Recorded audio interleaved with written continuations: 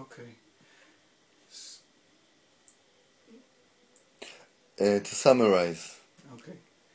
To summarize, I would like to turn your attention to the writings of John Graham, and specifically, I mean, everything is written so far, and specifically his last correspondences regarding the cycles that are now beginning to take effect.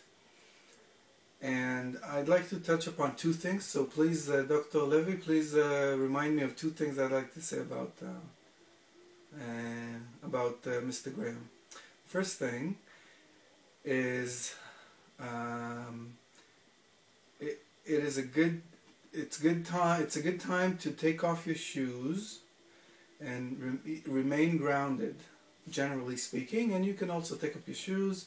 You can have your sneakers. It doesn't matter. Any one of you who's practicing Tai Chi or Qigong or any martial art or anything from the Orient, it is very recommended, because that's the grounding. That's the last lesson that we had, which was the galactic cycle. And this is the first step of going down the hill, if we go back to the previous metaphor. So the first step will be the galactic after the universal, because the universal is going to carry on for as long as you decided to carry on. So stay grounded. Have breathing. Be very conscious of your breathing. Let's say while you're driving, listen. While you're driving, I would suggest you breathe and listen to some good music, or just shut up and have your windows open and listen to the wind. And breathe in the wind from the outside if it's not too cold or if it's not too hot. I have a question, if possible. Is it possible that we as human beings holding the idea of Earth and the universe in general, if we will stop holding this idea, would it be vanish? The idea, please try to elaborate. What do you mean, the idea of the Earth? idea of the existence of Earth? Or and are we part of this Earth? Because this is a key question. Or are we just visitors? We believe that we are part of this world. Because a lot of the mindset that you find in academia, Western academia in general, and many other groups, maybe politicians, maybe people who do law, is the fact that we are visitors here that come from the cradle, and it is a brief glimpse of life between the cradle and the grave. Okay? And this is a very Western hemisphere, very it's on the other hemisphere. It's on the Western hemisphere. It's on the hemisphere of thinking, of reasoning. It's on the masculine hemisphere. Okay, that flashed on the planet. Sorry, not on planetary. We were blind. One before the planetary, according to Calleman, light was filtering through the left hemisphere. That's why we had the rise of England and the rise of France. France and Spain and all the western side of Europe. Okay, which is the Western hemisphere, and which is the left hemisphere of the global brain. Sorry, Egel, I lost you. I got lost. Okay, sorry. I lost you. Relating to what you said before, that we could stay grounded. We could think of ourselves and not getting aged. Okay. For example. You want to go back to that? Okay. So yes. Just a minute. And so the aging is according to you, is a state of mind. Yes. It's a belief. It is a form of belief. Yes. Form of belief. It is a concept. So according to that, what I asked is the Earth in the universe is a part of this concept or an idea that we are holding. Yes, aging. Yes, aging. Mm-hmm.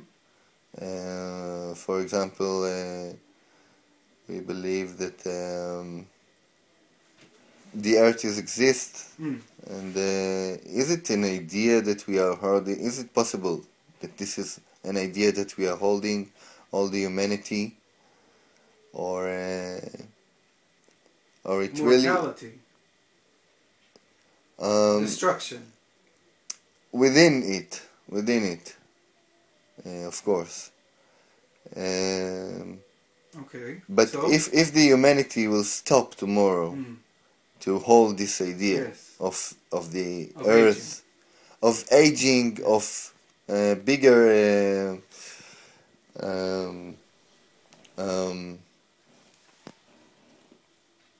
going back to your question.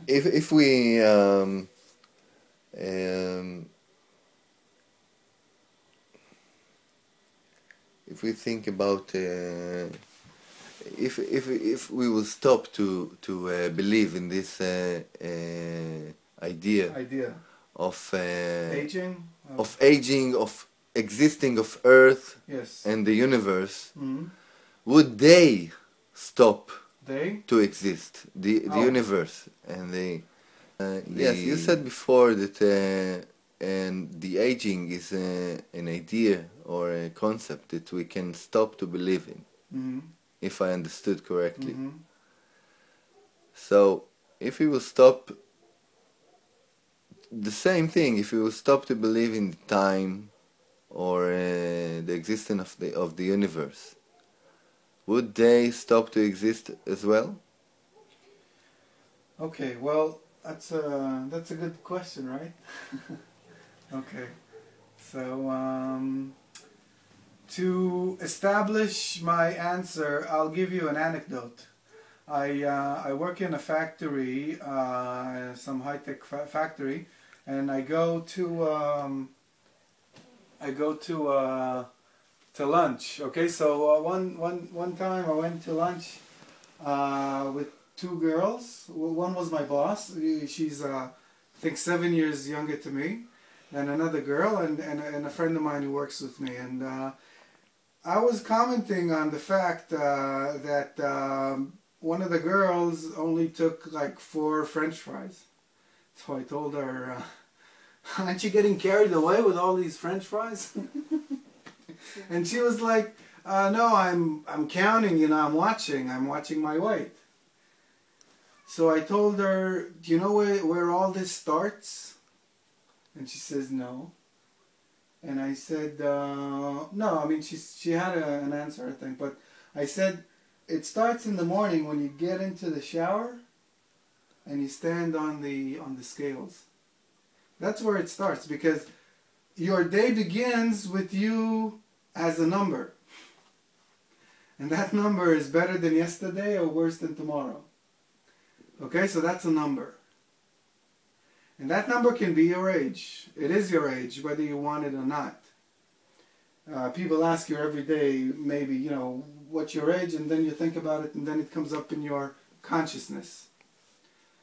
And as long as we're going up the pyramid of consciousness, age matters, because it gives us a sense of how many years passed since we started flying planes, or how many years started since we discovered that the world was round. And a lot of people now are saying that, you know, people 7,000 years ago had batteries and electricity, and they were sure that the world is round, that we are being told a story. And this story is the story of our reality. Okay? And the Mayan culture, one facet of it, or a lot of the throughout the years, at least 3,000 years ago, this calendar, which is called the Tzolk'in, never gets accumulated. You know, you just go around again. It's just like a roundabout. And you so what you're saying, that we are living the stories, and this is making our realities come true. The reality, yes, that's right. That's the matrix. That's exactly. That's the cave of the nymph, so the cave of Plato's cave of shadows. So here, from the top of the pyramid, the way down, we might be more able, or we will have the ability to reprogram our ideas better. I'm sure that to one respect, that's a good question. You have to understand that when you reach the peak of the mountain, that's the first time where you see the other side. So you can plan your way down for the first time. Because you plan your way up until the moment where you can't see the top. But then you keep planning. That's the 5. Okay? But the 5 is one sacred number, which is the pentagon and the pentagram, and that's, I've mentioned that before in my blogs. But 7 is also a very holy number, and that's plus 5 plus 2. Okay. So bring me back to the question. So our sight will be better. Yes. Our inner sight, our beating heart, our consciousness in the will be higher. It's always getting higher every day. But it's going to get lower every day if we decide to climb down. When we decide to climb down. Hallelujah. Hallelujah. Because we have to come down at one time or another. We've climbed so far. We're going to enjoy the view. We're going to plan our way down, and then we're going to start going down. And until the next stop? Until whatever. I can't see that far. Right now I'm thinking about the barbecue that's happening at the top. And that will be occur next week. Yes, Friday, the 28th of October. And good thing you mentioned that, because according to the Hebrew calendar, that is the last day of the Hebrew month, Tishrei. And Tishrei is the first month of the Hebrew calendar, and it is a time of new beginnings. And also in the Muslim Islamic calendar, you have Tishrei, which ends when the moon is done next week, because the moon is now half, and then after 7 days from now, it's going to be gone. Okay. So thank you. Thank you. It was a pleasure. Thank you, Dr. Nissim. Sorry, Professor Levy.